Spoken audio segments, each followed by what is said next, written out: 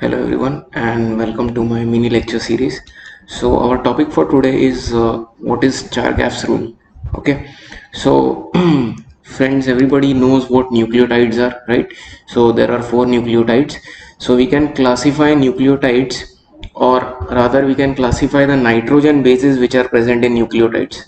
Okay, so everybody now knows that one nucleotide is made up of three parts: nitrogen base, pentose sugar, and phosphate group.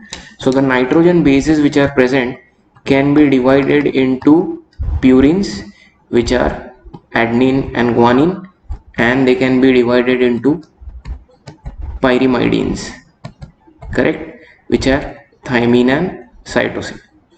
This is in the case of DNA, and the bonds present between adenine and thymine is a double hydrogen bond, and between guanine and cytosine is a triple hydrogen bond. So everybody knows this. So now what exactly is Chargaff's rule? So to understand this rule, let us just assign values to these nitrogen bases.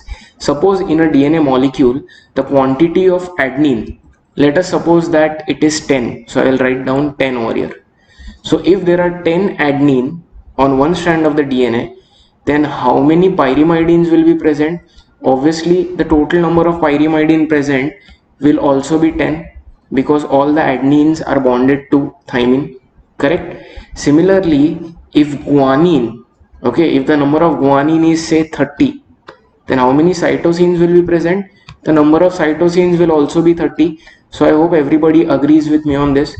So the number of A and T is always going to be same in a DNA, and similarly number of guanine and cytosine is going to be same. But that doesn't mean that the number of A and G will be same. Similarly T and C will be same. Now just let us see what we can make from this. To take the ratio of all the purines and pyrimidines. Okay, so if I take the ratio A plus G upon T plus C, correct. So this is basically your ratio of purines upon pyrimidines, correct. And this ratio, if we take, then A plus G is how much? It is 40 upon T plus C is also 40. So what is the answer coming to? The answer is coming to 1. Let us change the values. Now let us take the value of A as 5. So I'm going to write down new values over here. Let us rub this old values which are there. Okay, and let us see if the ratio is same or not.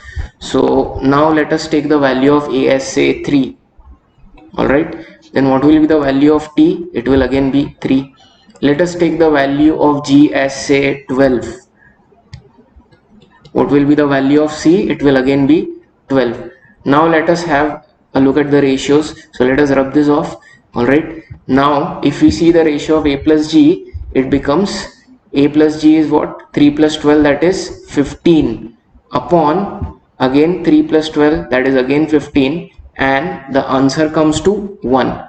So this is basically your Chargaff's rule, and Chargaff's rule states that in a DNA molecule, the ratio of purines to pyrimidines is always equal to 1. Okay, or according to Chargaff's rule, A plus G upon T plus C is always equal to 1. Is this clear? Okay, now Chargaff also said that the ratio of A plus T upon G plus C, see, now I am changing the ratios. Earlier I was taking the ratio of A plus G upon T plus C, but now I am taking the ratio of A plus T, right, upon G plus C.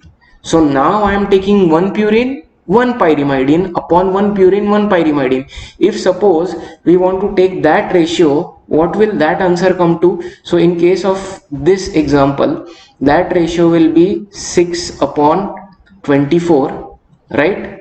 That is equal to 0.25, correct? Or it is 1 upon 4. Is this clear? So now this ratio is only for this species. Suppose if I change the numbers, then this ratio is not going to be same. I hope everybody understands. For example, now if I change the numbers over here, for example, now let us take purine count as 2. Alright, so obviously the pyrimidine count of T will be 2. Let us take the guanine count as 4. The count over here will also be 4. Now if we take this same ratio, A plus T upon G plus C, what will be the ratio? Now A plus T is what? It is 4. G plus C is what? It is 8. What is the ratio? It is 1 upon 2, that is 0.5. So please remember the difference between this and this is called as Chargaff's ratio or Chargaff's rule, which is always equal to 1. So purines upon pyrimidines in any DNA molecule of any organism is always going to show the ratio 1. But if you take one purine and one pyrimidine, then the ratio will change, but the ratio will be same for the DNA of that same species. For example, if the ratio of A plus T upon G plus C for human beings is 0.5, then in all human beings the ratio is going to be 0.5. If in some other animal it is going to be 2.2, then in all those other animals of that same species it is going to be 2.2. Is this clear? So I hope Chargaff's rule is clear. Chargaff's rule says that purines upon pyrimidines is equal to 1. Okay, thanks a lot.